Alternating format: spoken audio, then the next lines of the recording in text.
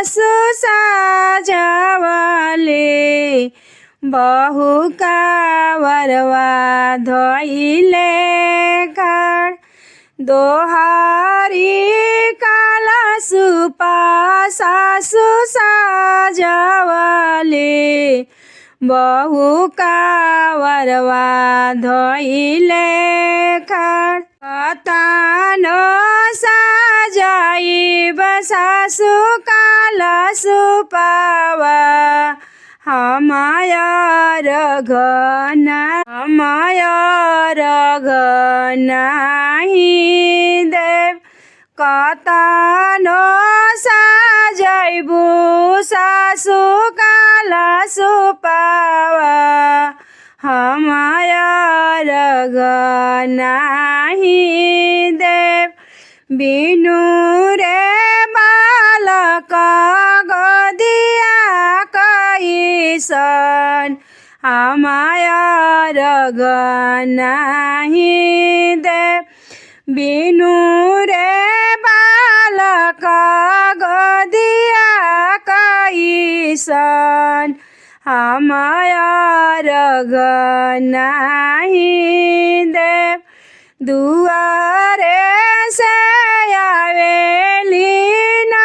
नदिया ओठ देली चमकै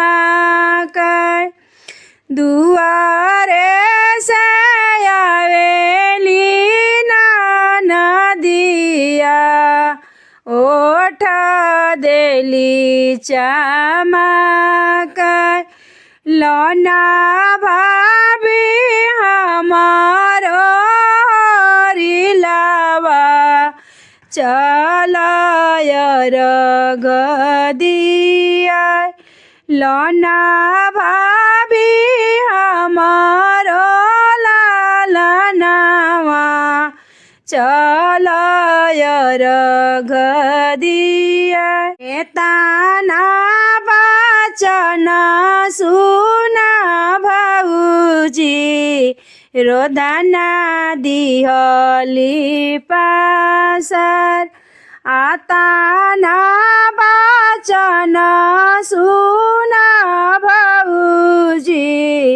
रोदना दिहली पासर कवन गलतिया सुरदेव कैली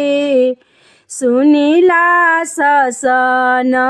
बहुत कवन गलतिया आदित्य देव कैली सुनिला बजर मेहन सुनिला बजर मेहन फाटी जाला बजर के छतिया नयना भइले पत्थर नयना भइले पत्थर एताना वचन सुरदेव सुनाले सेवकी के करेले पुकार सेवकी के करेले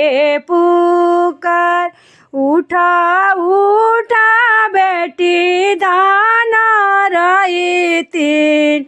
गोदिया भरब हम तोहार गोदिया भरब हम तोहार तोहारा के देबो गोदी लालनावा चलायर गदिया आजुए के नौआ महिनावा गोदिया भरबो तोहार